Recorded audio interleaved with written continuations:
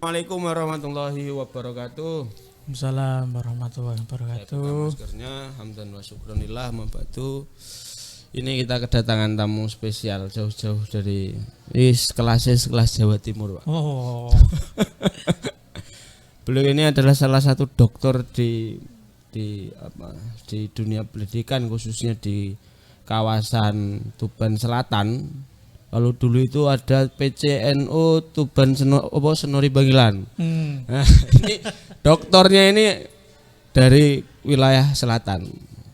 Beliau adalah Dr. Yusuf Aminuddin. Beliau itu teman ngopi saya. Terpaksa saya belokkan masuk di MTS Banin supaya biar MTS Banin ini terukur. Saya panggilnya ini Mas, Kang, Cak, Lur. Piye ya? Mas dokter aja. Oke, Mas dokter siap. Mas Dr. Aminuddin. Iya. Ini beliau praktisi dunia pendidikan, khususnya kaitannya dengan persoalan integrasi dari sebuah ya nanti bisa dijelaskan lah. Integrasi piye maksudnya. Jadi tolak ukur nanti di MTS Banin ini sudah terintegrasi atau belum kaitannya dengan dunia pesantren yang diintegrasikan dengan dunia kemadrasahan atau sekolah. Tapi sebelumnya kenalan dulu kaitannya kurikulum vitae. Pak Amin, Dr. Amin ini, Mas Yusuf. Amin. Oh iya. Pak Yusuf ini dulu sekolah di mana? Terus mulai dari jenjang MI, MTS, Alia sampai gelar doktor ini dari mana saja? Iya. Yang penting gak nyopet ya. Siap. Oke, Pak Ulil, Ustadz nompo Mas apa Kang? Kang ya, Kang Ulil Arham.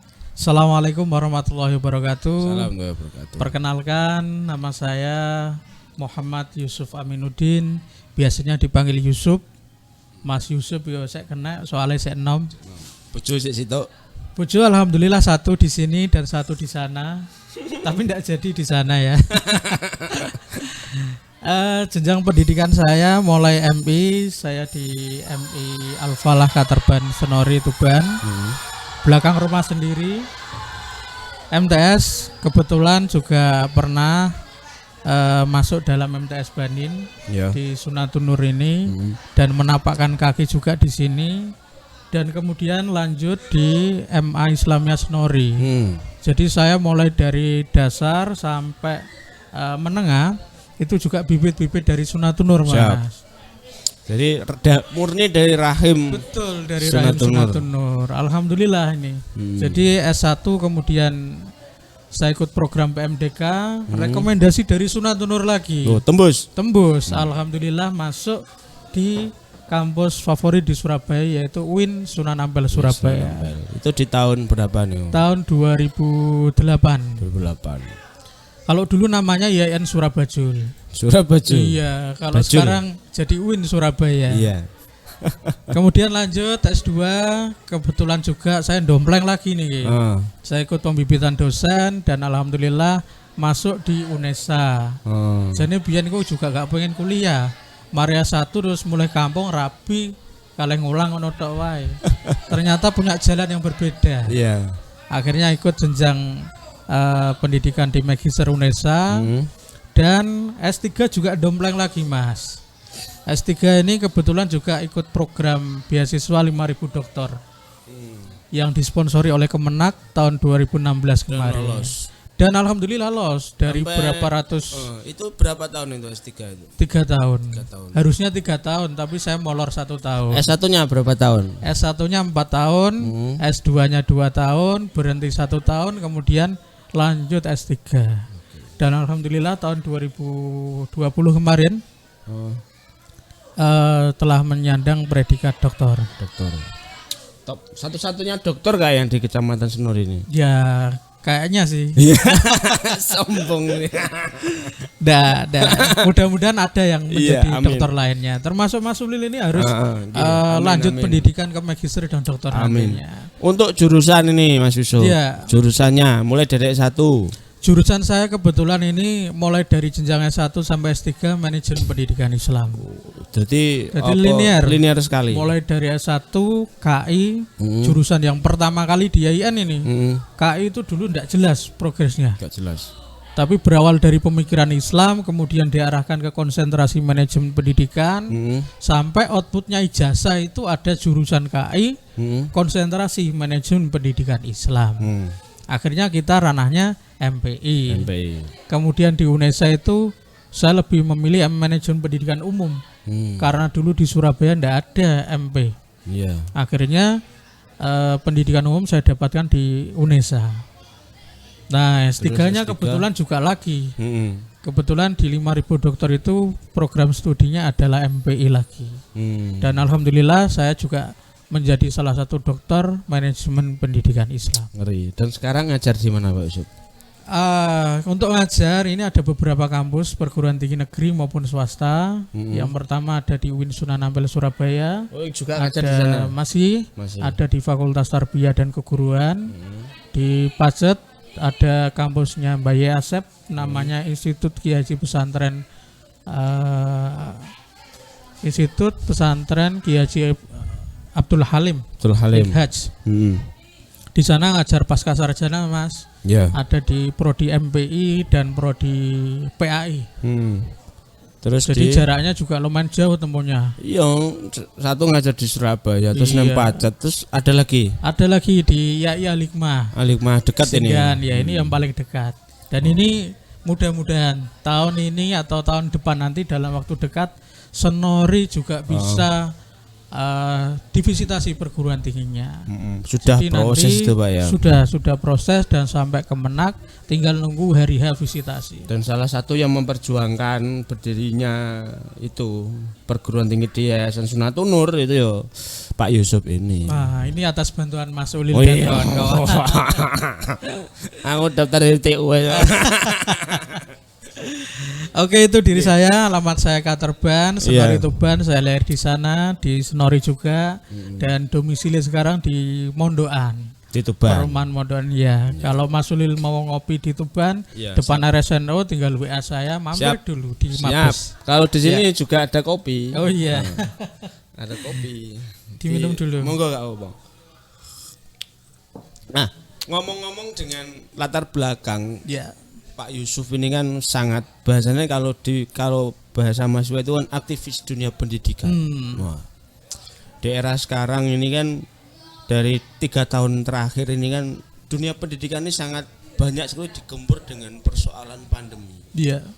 Dan metode pembelajaran ini sangat berubah drastis Pak Yusuf. Nah, menurut pemikirannya Pak Yusuf karena sebagai aktivis dunia pendidikan, sebagai kita khususnya di ini kan bahasanya awak dewi ini kan jenjangnya kan jenjang menengah ini, jenjang menengah, sekolah menengah pertama kalau di MTS itu. Kita sebagai guru kan karena juga aktivis manajemen pendidikan Pak Yusuf ini. Kita sebagai guru dan juga nanti sebagai siswa dalam persoalan menghadapi era pandemi ini seharusnya yang lebih baik ini kita bagaimana? Ya, terima kasih Mas Ulil. Jadi yang pertama yang perlu kita tegakkan adalah satu, yang pertama harus tetap ada konsep pembelajaran. Konsep, oke. Ya, pembelajaran ini tetap harus dijalankan. Kalau kering tanpa adanya pembelajaran di kelas atau klasikal, nanti anak-anak bagaimana? Kalau seusia MTS hari ini, MTS Banin, atau di usia remajanya mereka outputnya masa depan mereka bagaimana kalau nggak ada pembelajaran? Betul. Kasihan generasinya. Akhirnya ada tumbuh yang namanya konsep-konsep integrasi keilmuan. Nah, itu. Nah, jadi ada sebuah konsep yang dimana yang saya lihat di Sunatunur sendiri ini sudah menerapkan konsep yang namanya integrasi keilmuan. Betul. Terutama integrasi kelembagaan yang pertama, yang kedua ada integrasi kurikulum, yang ketiga integrasi SDM, dan yang keempat ada integrasi biah lugawiyah, atau bahasa lainnya adalah lingkungan berbahasa. Lingkungan sing integratif. Yang pertama kita bahas adalah tentang integrasi kelembagaan. Senori diakui atau tidak, orang melihat Sunatunur mesti ingat Senori. Betul. Senori adalah kota santri. Santri. Label Senori ini hadir di mana-mana. Bahkan di Surabaya pun saya juga terkenal orang Senori. Iya, sampai di kecamatan itu Senori Bumi Santri. Lah, itu luar biasanya Senori. Dan gak wani Mas sampai orang Senori gitu. Mesti tunduk. Itu luar biasanya Senori. Faktor muasis yang besar juga. Betul sekali.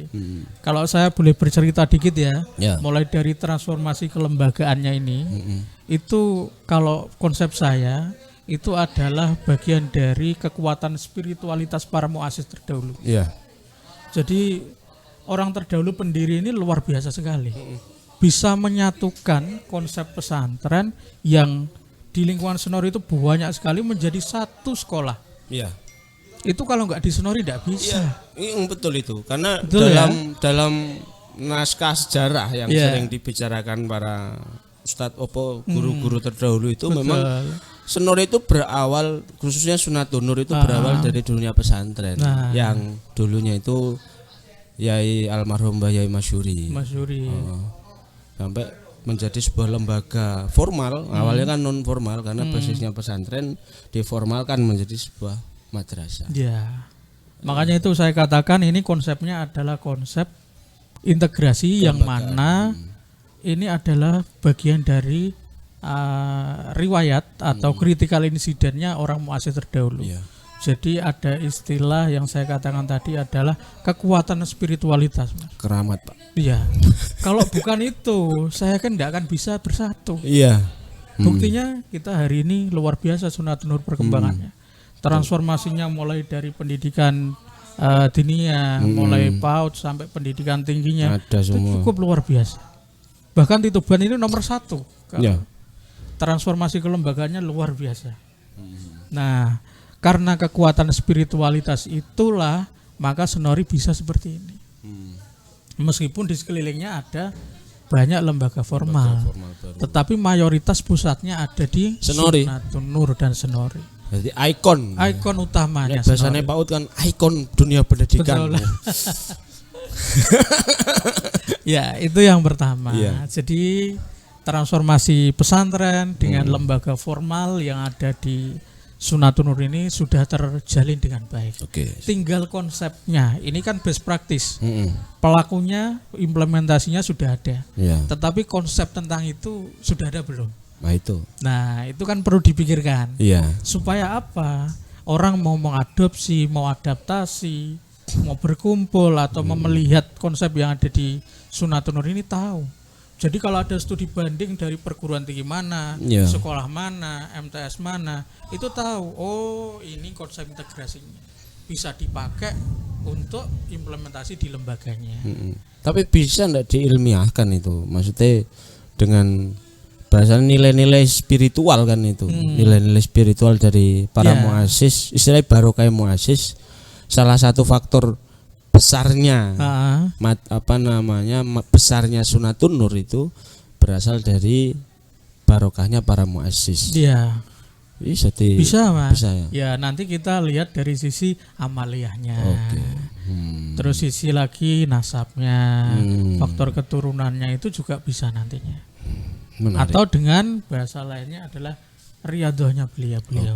Itu bisa kita tiru. Jadi kalau kan banyak nih dari lingkungan Sunatun Nur ini kan ada yang study tour juga, bahasanya belajar di lembaga lain. Sudah saatnya Sunatun Nur dipelajari banyak lembaga. Betul sekali. Ngono, Pak. Alia itu harusnya enggak studi banding. Yang di studi banding kan ya Alia. Sunatun Nur ya. Keceplosan. Ya bisalah tahun depan ya. Oke. Itu yang tadi, pertama. Yang kedua sekarang. Yang pertama adalah transformasi kelembagaan. Yang kedua bisa dengan cara konsep integrasi keilmuan. Lebih praktisnya adalah konsep integrasi kurikulum. Jadi ada kurikulum madrasah dengan kurikulum pesantren, itu digabungkan jadi satu. Sehingga menjadi match antara kurikulum madrasah dengan kurikulum pesantren. Kalau kaidahnya sampean sudah tahu lah. Al-muhafadzatu 'alal qadimi sholih wal akhdhu bil jadidil aslah. Betul. Jadi kalau ada tradisi yang baik itu tetap dipertahankan. Misi kita di NU kan itu. Betul. Kalau ada inovasi-inovasi lembaga yang bagus tetap dipertahankan. Jangan sampai dilepas. Meskipun ada budaya barat yang mempengaruhi, wal akhdhu bil jadi dil aslah. Kalau kita mengambil maka kita butuh filter, Mas. Jadi tidak semua konsep pendidikan barat kita ambil. Jadi ada filter yang terbaik kira-kira kita lakukan bisa, tapi yang jelek tetap kita buang. Nah, jadi keterpaduan ini menjadi kurikulum yang praktis yang bisa dipraktekkan. Dan saya lihat Sunatun Nur terutama di MTS BAN ini sudah menerapkan itu. Ya betul, sudah. Konsep integrasi kurikulumnya sudah ada. Jadi mereka tetap belajar ngaji kitab kuning, tapi juga tidak lepas dari pembelajaran umum yang sesuai dengan juknis dari pemerintah. Betul. Jadi kalau mereka lulus dari pesantren, ya lulus dari MTS Sunatun Nur, ini bagikan kalau mereka jadi ulama, ya ulama intelektual. Iya. Gitu kan? Nek jadi kiai sing paradigmanya bagus, kritis bisa. Iya, sampai kemarin itu baru kemarin ini di tayangan video sebelumnya itu ada itu live baca kitab kuning. Bagus sekali. Iya, artinya kan sudah terkoneksi dengan baik. Dikomparasikan antara kurikulum pesantren dan kurikulum dunia pendidikan pada umumnya. Ya, itu sangat relevan karena mau tidak mau yang namanya pendidikan madrasah Pak Yusuf ya, mau tidak mau dari aspek spiritual juga harus dimatangkan. Iya betul sekali. Beda lagi dengan jenjang pendidikan umum, contoh kayak sebelah semisal di Dewan Naungan dunia Kementerian Pendidikan, Dinas Pendidikan itu kan SMP sekolah menengah pertama semisal atau SMA. Artinya fokus tentang pelajaran tentang agama itu kan. Karena saya juga dulu SMP ini Pak. Oh gitu ya. Iya.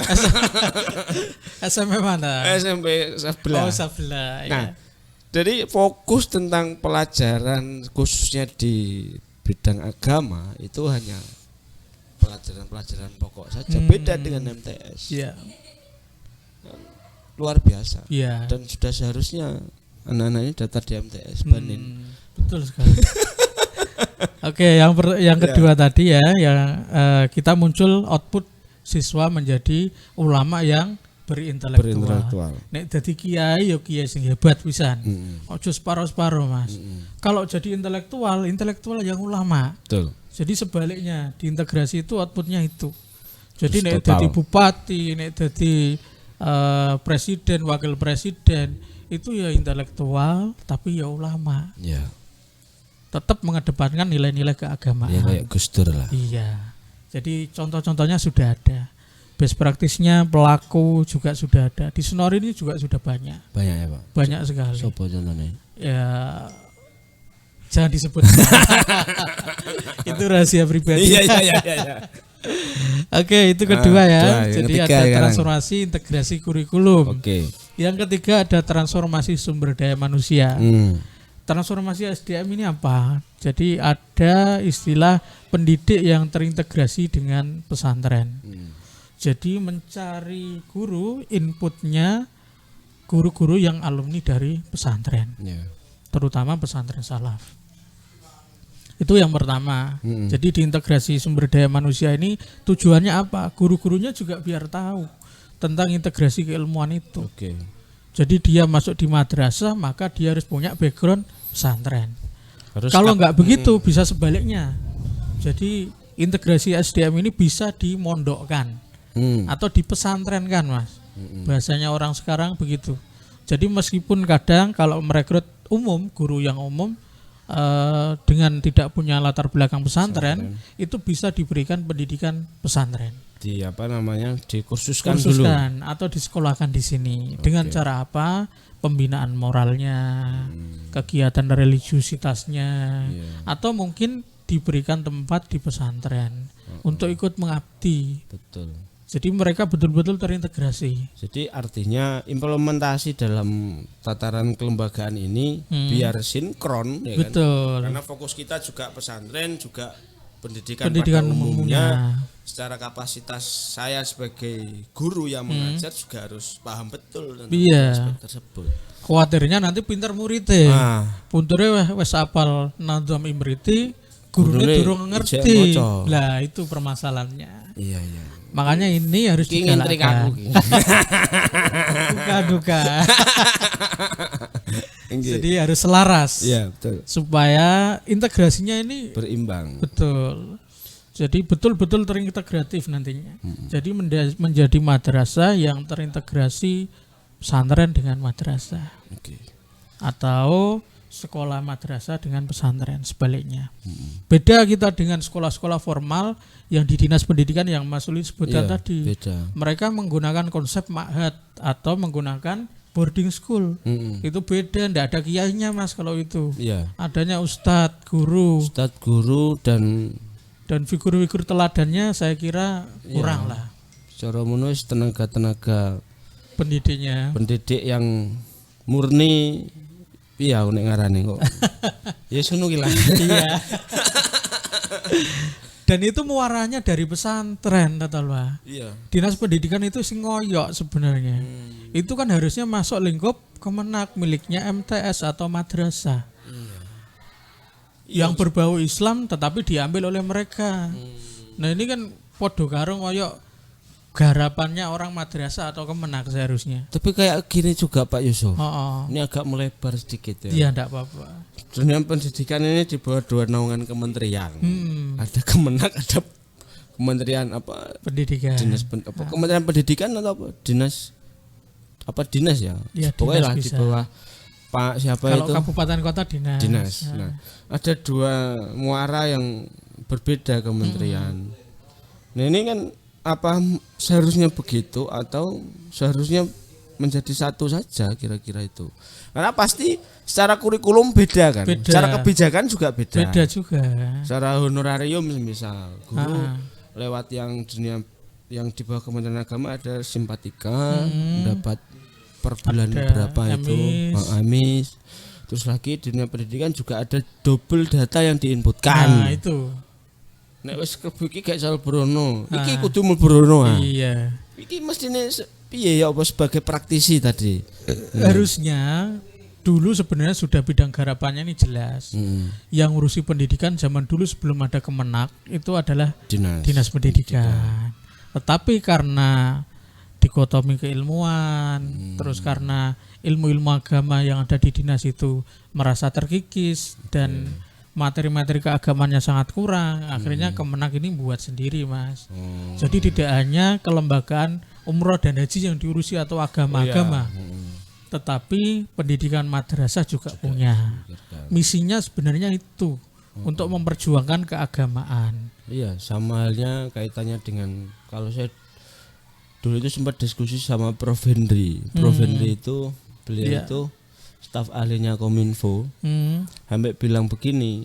Jadi ketika munculnya Kementerian Agama ini adalah kalau bahasa beliau ya, kalau saya mengutip bahasa beliau, ini adalah salah satu konsesi yang dilaksanakan pemerintah dengan kelompok-kelompok ulama pada waktu itu untuk mengobati sakit hatinya kaitannya keputusan dari penggantian Piagam Jakarta. Nah, itu juga ya kan Piagam Jakarta dulu kan sila pertama itu menjalankan syariah Islam sesuai menjalankan syariah Islam sesuai dengan syariah sesuai agama Islam kalau tidak salah seperti itu. Nah, dalam perjalanannya itu ada beberapa kelompok yang non muslim itu tidak sepakat dengan hal itu, maka harus diganti dengan ketuhanan yang Maha Esa. Dan salah satu hadiah bahasane kalau bahasa Gusmen dulu itu kan Kemenak ini adalah hadiah dari apa? NU. Piye ku bahas urusane Gusmen itu. Nah, ini menjadi hadiah dari obat sakit hatinya ibaratnya para ulama pada waktu. Akhirnya dibuatkan Kementerian Agama pertama kali di dunia. Karena pada waktu itu ndak ada Kementerian Agama karena di Arab Saudi pun itu menterinya bukan Kementerian Agama tapi Kementerian Haji. Kan begitu. Lalu ada lagi salah satu hadiah lagi bahasane bahwa ada anak muda yang kaitannya fokus dalam dunia pendidikan ini harus dilembagakan. Dan salah satu perguruan tinggi pertama di Indonesia yang kaitannya dengan pelajar Islam itu ada di Universitas Islam Indonesia, bukan di IAIN Pak Yusuf. Betul. Jadi secara secara historis bahwa memang Kemenak ini selain haji, selain fokus pada persoalan haji dan umroh juga fokus pada dunia pendidikan. Pak Yusuf ini pakar ngeri. Iso wae. Oke, gitu ya. Jadi kalau melihat historinya begitu. Jadi biar tidak ada dikotomi keilmuan antara pendidikan umum dengan pendidikan pesantren. Ya, mahat-mahat atau boarding school itu muaranya tetap dari pesantren. Diakui atau tidak, semua budaya, tradisi, kurikulum semua dari pesantren. Coba outputnya satu saja SMP yang ada di lingkungan kita. SMP yang punya boarding school, ada tahfidz, ada Nadham Imriti, ada kegiatan lainnya yang berbudaya religius. Semua berbasis pesantren. Semua dari pesantren. Khusus pendidikan yang Islam. Ya.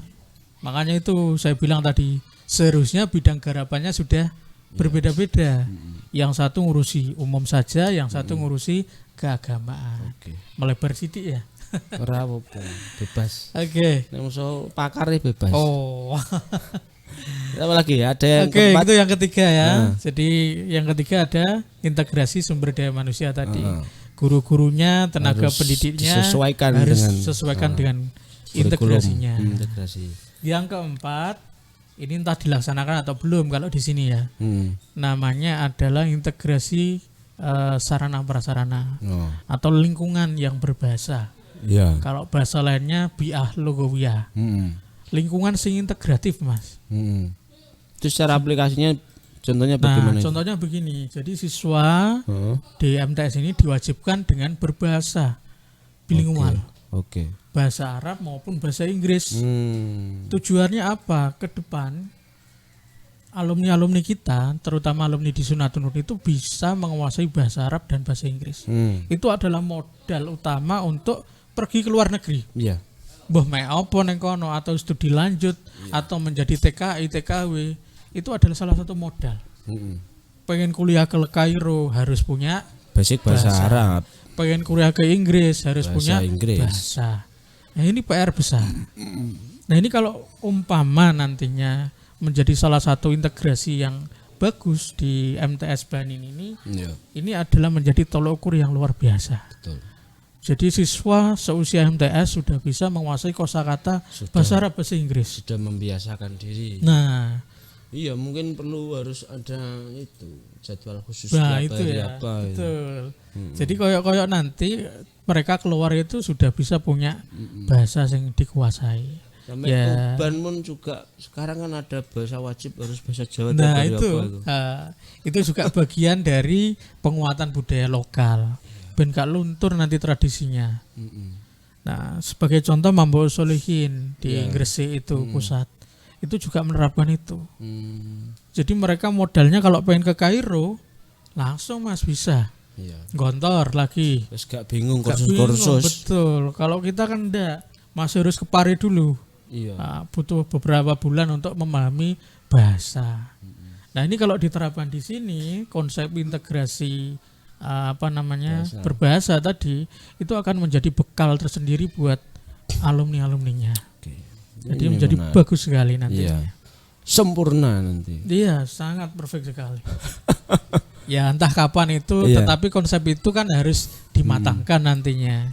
Hampir setiap pernah lah momen-momen kaitannya dengan pembiasaan bahasa asing dan lain-lain itu sudah mulai berjalan.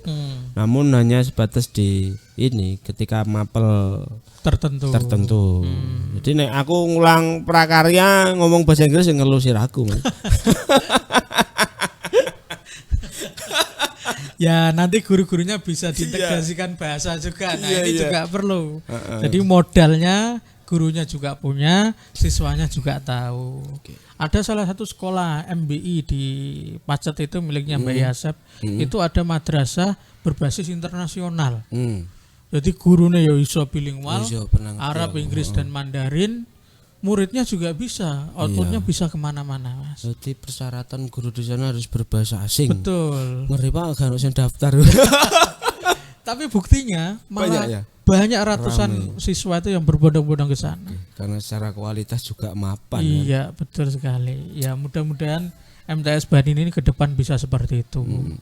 Jadi dari 4 metode tadi sudah bisa saya pastikan itu mungkin dari yang terakhir ini perlu kita maksimalkan lagi. Iya. Kata integrasi kelembagaan sudah. Integrasi kurikulum juga sudah. Lalu yang ketiga integrasi SDM. Juga sudah. Yeah. Tinggal PR terakhir ini dari Pak Yusuf. Pak Yusuf toko-toko nggak IPR nih. Nek gak dokter gak iso ini. Ya, ini tujuannya untuk kebaikan kita bersama. Ya. Jadi lembaga MTS Banin ini supaya menjadi terdepan. Siap. Wong saiki wae belum ada itu sudah menjadi terdepan, Mas. Iya. Apa meneh besok kalau ada itu. Jadi ibarat perut kayak aku nih tambah gede, maju ke depan bukan ke samping ya. Udah begitu. Nek sampean yo maju yo nyamping. Oke, itu. Ya. Terus apa lagi Pak Yusuf? Kaitannya dengan ini lagi. Ya. Di Sunatunur ini identik dengan Bumi Santri ya. Sunatunur sudah sangat besar karena sudah menjadi ikon. Untuk menjaga hal itu, menjaga eksistensi tentang Sunatunur ini dari Pak Yusuf ini. Untuk menjaga eksistensi ini, kira-kira saya mungkin ya ditujukan pada sebagai guru ibaratnya yang maksudnya yang ikut berproses di Sunatunur. Kopine nganti kutah. Oke, kira-kira ini bagaimana? Apa yang perlu saya lakukan ini? Oke. Kayaknya tisu. Ada. Ambilkan tisu ap. Dembesik. Ya, dembesik. Nanti dicek. Santai mau Mas Ulin. Ya, santai. Oke, yang pertama kita harus melakukan penguatan internal, Mas. Oke. Penguatan internal di seluruh yayasan ini. Baik mulai jenjang PAUD, dasar sampai pendidikan tingginya. Sampai tingkat tinggi. Ya, semuanya harus membangun komunikasi yang efektif. Tujuannya apa? Biar tidak terjadi miskomunikasi. Oke. Satunya pengen program A, satunya pengen B, satunya pengen C, satunya pengen D. Ini kan nggak sinkron nantinya. Jadi kurang adanya komunikasi yang efektif. Oke. Yang pertama itu, jadi komitmen internal itu harus ditegakkan. Dan ini bukan hanya berlaku di internal kita juga, tapi juga khusus pada umumnya. Iya. Apa tisunya di kantor? Ya. Gak apa-apa. Jadi komitmen, komitmen dalam rangka untuk perbaikan internal. Itu yang pertama. Yang kedua, selain itu kita bisa menjaga dengan pemberian figur, Mas. Untuk menjaga misi madrasah yang unggul berprestasi, atau menjaga marwah dari organisasi kita di Nahdlatul Ulama atau di Ma'arif ini, kita perlu adanya itu. Jadi supaya nantinya ke depan tetap organisasi di madrasah Sunatunur ini tetap jaya. Iya betul itu. Kita dan juga sudah punya figur besar kan di Senori. Betul. Karena figur itulah nanti yang akan membuat orang-orang bisa tawadhu dan bisa tunduk terhadap orang-orang yang ada di lingkungan Sunatunur ini terutamanya. Nek gak ono figur iku sing kasihan. Iya. Ini sambil bersihkan ini Pak Yus. Iya. Santai wis. Nah, figur teladan ini bisa menjadi uswah nantinya. Contoh, kalau di sini di Yayasan Sunatunur itu ada tokoh misalnya Bayi Muhyiddin Munawar. Itu bisa diteladani dari nilai-nilai karakternya. Bagaimana beliau mengajar, bagaimana beliau bersikap dengan siswa, bagaimana beliau memberikan pembelajaran yang baik, dan bagaimana beliau juga akhlaknya terhadap santri. Ini juga sangat penting. Jadi uswah ini tidak hanya diberikan kepada siswa tetapi juga gurunya nantinya. Ngomong-ngomong ke integrasi masih nyambung nantinya. Jadi selain memberikan figur kepada siswanya, juga gurunya yang perlu. Iya, kadang guru ya rada angel tuturane. Nah, itu. Jadi seolah-olah wis dadi guru, wis gak kemudian mau. Nah, itu PR-nya di sana. Aku guru kok buat atur-atur. Oke, itu yang kedua. Yang ketiga, apa nih Mas? Apa lagi? Yang ketiga itu kultur organisasi budaya. Nah, budaya organisasi kita, kultur organisasi Sunatunun ini harus dijaga betul. Ya. Kalau mulai dari spiritualitas keagamaannya itu sudah jelas, ada kegiatan sholat duha, istighosah, terus khatmil Quran, ngaji kitab kuning, itu harus selalu dikedepankan. Artinya dirawat, dijaga, jangan sampai ada yang hilang. Betul. Kalau hilang, ini sama saja menghilangkan kultur organisasi. Betul. Bodoh karo ngelunturkan tradisi kelembagaan. Iya, karena tradisi Senori itu karena identik dengan santri, ya tentu kegiatan-kegiatan dunia pesantren juga harus dimasifkan di lembaga. Betul. Nah, makanya itu. Jadi nuansa lingkungan organisasi ini harus ditekankan. Harus kalau masif. Bisa, kalau ada yang lebih atau ada yang belum dipraktekkan, programnya ditambah lagi. Itu tujuannya ya untuk memperkuat kelembagaan. Terutama di MTS Banin ini supaya kegiatannya full. Ya gak hanya full kegiatan, tapi siswa juga suka sesuai minat dan bakatnya. Ada seni A, seni B, seni C, seni D. Nah, ini tujuannya untuk memberikan bekal mereka. Terus yang keempat, untuk menjaga itu adalah sarana prasarana. Sarana. Ini harus tercover, artinya sarana harus terpenuhi. Siswa punya bakat A, bakat B, ternyata tidak tersalurkan gara-gara kurangnya perhatian pimpinan, nggak ada fasilitas. Nah, ini bagian dari kurangnya efektif lembaga pendidikan. Yang seharusnya siswa misalnya dia punya seni di bidang kaligrafi, tetapi tidak ada kegiatan di situ ekstranya. Ini menjadi PR lagi. Iya, enggak kayak contoh enggak ada kanvasnya gitu. Ini juga PR lagi. Aduh, kok malah mengkritisi jadi. Enggak, karena di MTS Banin dari persoalan itu semua secara fasilitas alhamdulillah sampai detik ini tercukupi Pak Yusuf. Gitu ya. Contoh kayak anak-anak yang suka dunia tulis menulis, di sini sudah ada media mimbar. Yang suka dunia videografi dan lain-lain sudah ada studio di sini. Suka komputer ada di lab sebelah. Suka kaligrafi itu contoh dari hasil kaligrafinya anak-anak. Artinya sudah terakomodir. Walaupun masih banyak yang perlu kita jalankan lagi, perlu kita maksimalkan lagi. Ada lagi Pak Iso? Ya, ada lagi yang terakhir itu perbaikan secara kontinu, terus menerus, mulai dari input, proses, output sampai outcome anak didik kita. Jadi tidak hanya di input proses aja, tetapi output dan outcome itu perlu kita pikirkan. Supaya apa? Pengguna jasa lainnya, jasa alumni, jasa pendidikan kita, itu tahu hasil dari output MTS Banin atau Sunatunur secara keseluruhan ini berdampak. Artinya kan, ya benar itu. Ya. Ketika lulus dari MTS Banin ini, anak-anak ini spesifikasinya ini bisa apa kan? Betul. Jadi lebih fokusnya kemana? Karena kemarin ketika saya sama Pak Kolis, itu kan saya ambil tema MTS multidisipliner. Oh iya. Ngeri. Tapi gak spesifik. Tapi menarik itu karena gerakan multidisipliner itu saya sendiri berharap bahwa output dari MTS Banin ini mampu menguasai apapun sesuai dengan spesifikasinya loh ya. Yang suka dunia jurnalistik berarti minimal ketika dia lulus dari MTS Banin itu bisa menulis. Betul. Yang yang bisa pandai baca kitab kuning dan lain-lain kaitannya dengan dunia pesantren, lanjut ke MTQ, terus bisa jadi kiai gitu. Jadi ulama intelektual yang ulama. Ngono Mas Ulil. Jadi kayak Mas Ulil ini menjadi intelektual yang ulama ya. Berat. Oke, jadi perbaikan mutu harus dilakukan terus menerus. Mulai dari input, proses, output maupun outcome-nya. terutama pengguna jasa itu sangat menjadi hal yang sangat perlu dipikirkan sekali.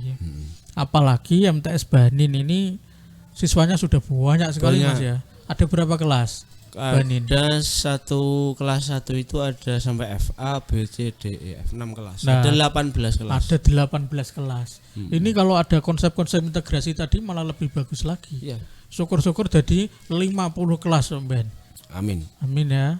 Jadi ke depan MTS Banin dan Sunatun Nur utamanya ini bisa menjadi lembaga pendidikan yang representatif. Betul. Menjadi tolak ukur. Betul. Jadi menjadi sekolah rujukan dari berbagai sekolah lainnya. Okay. Terus yang terakhir ada tambahan. Jadi mitra kita harus diperbanyak. Iya. Tujuannya apa mitra itu? Lembaga mitra itu agar supaya lembaga-lembaga lain itu juga bagian dari kita. Jadi mitra itu bisa menjadikan tambahan input kita, tambahan kualitas kita, dan daya dukung kelembagaan. Supaya lembaganya ini tetap eksis dan hidup sampai sedia kala nantinya. Oke. Jadi terus menerus lembaga ini bisa eksis sampai kita nggak ada, tetap masih ada. Salah satu mitranya MTS Banin yang sampai dalam sejarah dulu sampai sekarang yang masih solid terjaga itu MTS Banin dengan pondok pesantren. Nah, itu juga luar biasa sekali. Iya. Jadi tetap dijaga marwahnya, jangan sampai ada yang luntur. Kalau yang luntur nanti diperbaiki secara terus menerus. Iya, kalau luntur ya karena kena baiklin, Pak. Iya.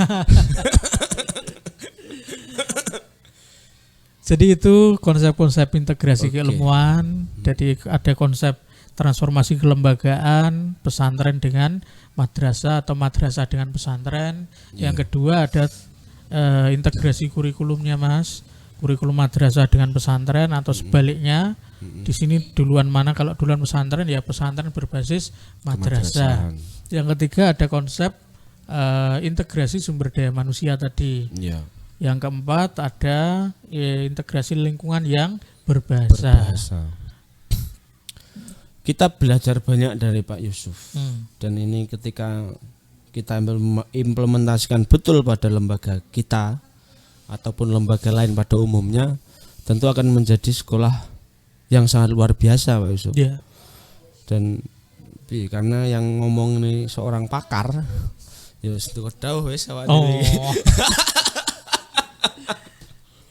Oke, diunjuk Pak Yusuf. Nah, ini sebuah pelajaran yang sangat besar, khususnya kita sebagai yang fokus pada dunia pendidikan, tentu akan menjadi informasi ini akan kita sebarluaskan, Pak Yusuf. Dan ini akan tayang mungkin besok lah kita akan tayangkan. Siap. Nanti langsung kita upload, tayangkan, kita viralkan. Biar seantero dunia tahu bahwa kita punya tokoh muda NU yang apa jenengiku yang fokus pada kaitannya praktisi dunia pendidikan, seorang Dr. Yusuf Amanuddin yang murni lahir dari rahim Sunatun Nur. Dan terakhir Pak Yusuf, sampaikan pada sahabat-sahabat semua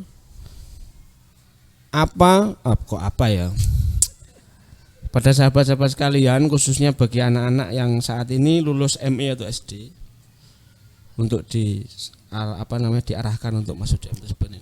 Kalau Pak Yusuf yang ngajak ini mesti banyak yang setrika dawuh ini. Oh, bisa aja. Oke, terima kasih. Jadi para user dan para customer, karena user itu adalah pengguna jasa. Berarti wis masuk dalam lingkup MTS. Kalau customer itu adalah calon, Mas. Calon itu bisa orang awam, umum, atau bisa orang yang terdekat kita, mitra. Nah, jadi para customer maupun user mari berbondong-bondong untuk sekolah lanjut di MTS Banin. MTS Banin ini programnya luar biasa, sudah punya integrasi keilmuan baik agama maupun umum. Ini di era COVID ini menjadi pembelajaran yang menarik. Karena integrasi kurikulum yang terpadu antara madrasah dengan pesantren, dan satu-satunya yang masih berjalan yaitu di era COVID. Sekolah formal dinas tidak berani tatap muka. Kita tetap tatap muka tapi terbatas. Ngajinya tetap tidak hilang, tatap mukanya juga tidak hilang, tapi hanya terbatas. Tetapi tidak menghilangkan ruh-ruh dari pembelajaran di era pandemi ini. Sehingga siswa tetap mendapat pembelajaran, baik itu agama maupun umum. Sehingga para wali murid dan para customer, pengguna jasa yang ada di lembaga pendidikan kita, monggo sami-sami daftar di MTS Banin, karena kualitasnya sudah jelas, alumninya juga banyak yang jadi orang. Banyak yang jadi orang salah ya. Satunya jadi dokter. Jadi orang loh Mas ya, bukan orang. Jadi hewan ya. Yeah. Banyak yang jadi orang, dan insya Allah kalau sekolah di Sunatunur itu ada satu konsep yang belum tersentuh tadi, barokahi. Nah itu yang tidak bisa diukur itu. Gak bisa didelok. Dan tidak bisa diilmiahkan. Isone terasa. Betul. Jadi barokahi song ini yo gara-gara sekolah ning gone Sunatunur. Ya. Terutama di MTS Banin. Jadi MTS Banin ini sudah punya program unggulan yang banyak sekali, kegiatannya juga bagus. Dan ke depan insya Allah ini juga ada program yang namanya program bahasa tadi ya. Mudah-mudahan bisa diterapkan. Siap. Jadi nanti anak-anak seusia MTS lulus bisa berbahasa Arab Inggris. Keren itu. Jadi keren sekali. Good morning, sis. Iya. Ya Mas ya iso 1-2 kata kan enggak apa-apa. Yes, no. Oke itu, jadi mudah-mudahan tahun ini MTS Banin menjadi sekolah yang unggul di Kabupaten Tuban. Amin. Dan siswanya bertambah banyak. Amin. Karena bukan konsep barokah saja, tetapi juga karena program dan minat masyarakat. Dan kualitas karena juga. Masyarakat hari ini sudah pintar-pintar Mas, memilih sekolah. Orang tua kita semakin tahun karena mereka sedang menyandang pendidikan tinggi rata-rata, ini mayoritasnya menjadi tahu betul sekolah yang berkualitas mana. Iya. Jadi wong tuane awak dhewe ambek sekarang itu beda. Kalau zaman dulu orang tua kita nyekolahkan anak, syukur ono sekolahe. Sekolah. Nah, itu. Iya. Tapi orang tua sekarang tidak. Mereka sudah sadar betul arti pendidikan. Dilihat dulu track recordnya sekolah. Nah, begitu. Akhirnya yang terbaik ya di Sunatunur. MTS Banin yang akan menjadi wadah untuk mendidik anak-anak supaya menjadi anak yang terbaik dan anak yang unggul dalam prestasi bermartabat di Madrasah MTS Banin. Iya. Aku bingung penyimpulno. Dia rasa disimpulkan. Oke, sebelumnya saya ucapkan terima kasih pada Pak Yusuf, Pak Dr. Yusuf, Mas Dr. Yusuf, Kang Dr. Yusuf yang sudah meluangkan waktunya, karena kesibukan beliau ini sangat luar biasa sampai bisa membelokkan mobilnya ke MTS Banin ini kan nyolong waktu padat-padat itu dilonggarkan di sini. Terima kasih atas kehadirannya. Sama-sama. Dan semoga apa yang disampaikan Pak Yusuf ini bermanfaat pada kita, pada khususnya di lembaga kita MTS Banin, pada umumnya di seluruh lingkungan Sunatunur, dan pada umumnya lagi di dunia pendidikan yang ada di Indonesia, baik Indonesia maupun internasional. Internasional ya. Oh lah. Ya busuk apa nih? Ya, YouTube kan delok wong sak negara sak donya Pak Yusuf. Terima kasih Pak Yusuf atas kehadirannya. Sama-sama. Jangan besok kalau saya undang lagi yo ojo males-malesan. Langsung berno loh. Siap. Ya menyesuaikan jadwal lah. Iya. Terima kasih dan saya mohon maaf yang sebesar-besarnya, tidak ada jamuan, hanya secangkir kopi. Iya. Sudah lebih dari cukup. Siap. Akhirnya bisa main ke Sunatunur. Iya. Iso apa? Delok biyen ya. Biyen aku dolanan ning pojokan ngono. Oke, closing dari saya. Iya, terima kasih atas partisipasinya dan undangannya Kang Ulil Arham. Semoga ini bukan yang pertama kalinya kita ketemu. Siap. Semoga besok ada momen-momen lain yang lebih hangat, kita bisa bermitra lagi dan ketemu dalam keadaan sehat-sehat kabeh. Besok selanjutnya kita akan membahas tuntas tentang perguruan tinggi yang akan ada di Sunatunur. Siap sekali. Insya Allah mohon doanya semuanya. Jadi mudah-mudahan stay senori. Amin. Kita ngangkat budaya lokal, Mas. Siap. Jadi senori ini tetap kita angkat agar menjadi ikon lagi. Iya. Jadi stay senori Tuban supaya besok ini bisa segera divisitasi. Karena ada 145 perguruan tinggi yang di Kemenak itu sampai hari ini belum divisit karena COVID. Dan salah satunya di sini. Salah satunya di sini. Ya. Dan mudah-mudahan tahun ini kita bisa divisitasi. Amin. Kalau sudah divisit berarti kita sudah bisa menerima mahasiswa. Kita doakan bersama semoga tahun depan sudah bisa berdiri dan Pak Yusuf bisa duduk lagi di sini. Menjelaskan apa keunggulan perguruan tinggi yang ada di sana dibanding dengan perguruan tinggi yang lain. Wah, kayak lu yang menarik. Oke, cukup ya. Sahabat-sahabat sekalian, terima kasih kehadirannya Pak Yusuf. Ya. Kita sampai jumpa di podcast selanjutnya. Saya akhiri. Wassalamualaikum warahmatullahi wabarakatuh. Waalaikumsalam warahmatullahi wabarakatuh.